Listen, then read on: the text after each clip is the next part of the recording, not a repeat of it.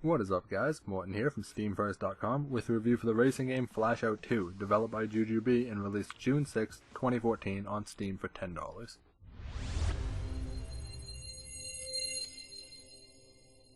Flashout 2 started as a phone app and then got ported over to PC, but I want to point out that I never played the phone app, so I really can't compare the two. That being said, the PC version works fairly well, so they definitely did a good job, but that doesn't mean there aren't any flaws. So what exactly is Flashout 2?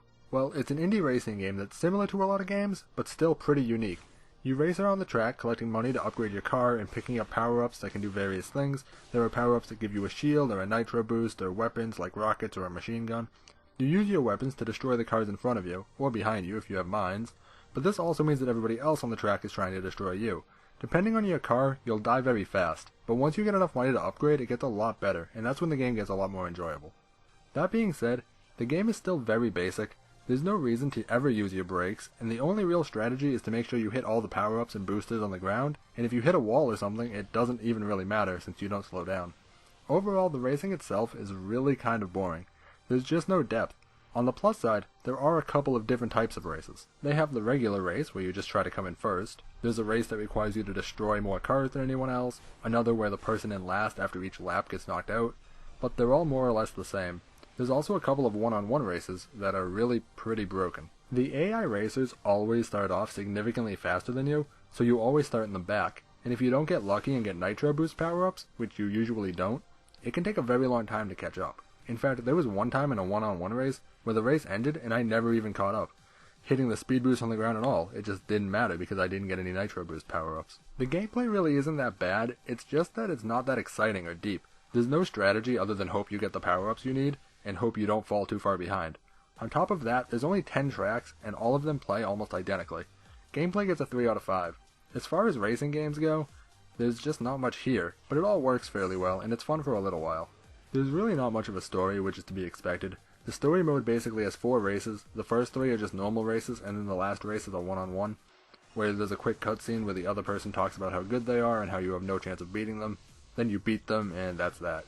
There's 10 people in all you have to beat, and they're all a bit different, but again, it's really not a story, just a quick cutscene for each person, but it was still a nice touch. Visually, the game looks crazy. Lots of vibrant colors, and it's so fast-paced, things are just flying by. It's really cool to look at, or at least it is for a few minutes, but in an actual race, it's not all that noticeable. You're way too focused on what's directly in front of you to admire the scenery.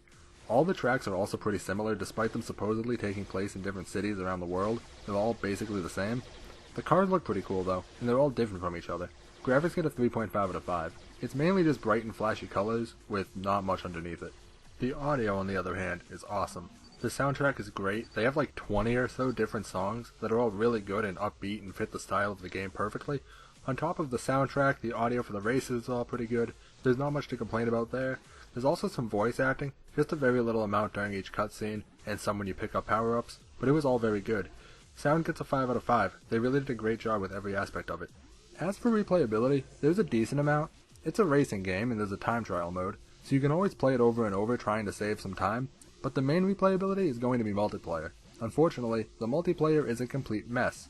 Part of the problem is hardly anyone is playing it. I tried for about an hour and only ever found one other person, so the games just fill up with bots, so you're basically just playing single player anyways. On top of the fact that it can't find people to match with, in the one match where I was playing against another person, it was terribly laggy. The other guy was literally teleporting around, which in a game where you need to shoot rockets and things at people is a really big problem since you can't land anything. Overall, replayability gets a 2.5 out of 5. The time trial mode is good, but unless multiplayer gets fixed, that's all there is to do, which I can't imagine will last anybody all that long. Overall, Flashout 2 is a pretty fun racing game, but there's really not much to it. There's not a whole lot to do, and during the races all you need to do is hit the speed boost and get lucky with power-ups, and you'll win pretty easily against the AI. And with multiplayer being a broken laggy mess that nobody seems to play, there's just really not a whole lot to do. Flashout 2 gets a 2.5 out of 5. It works, and it looks pretty cool, and it sounds awesome, but a good soundtrack doesn't save the game. The lack of interesting mechanics, every track being completely linear, there being no penalty for hitting walls or anything, it's just very simple and not all that interesting.